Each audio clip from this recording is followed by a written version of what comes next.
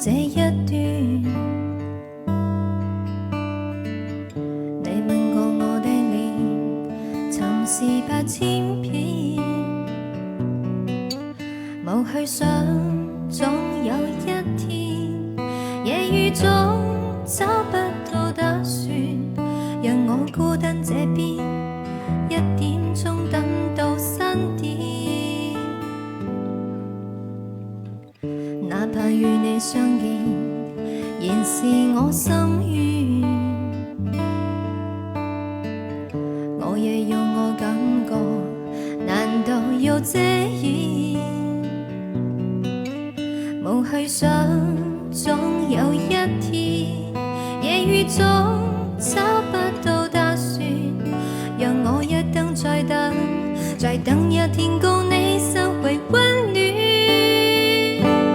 前種雨點似斷難斷，於是去想更是連亂。我已經不想跟你痴纏，我要我的尊嚴，不想再受損。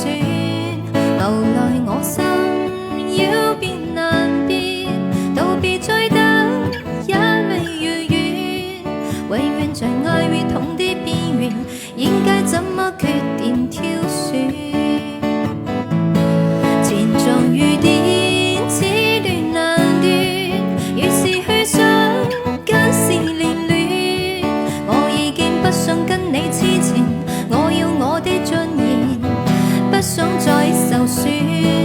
後來我心要變難變，道別再等也未如願，永遠在愛與痛的邊緣，應該怎麼決定挑選？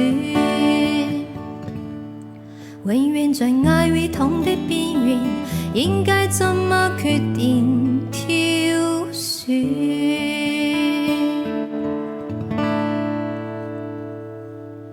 謝謝。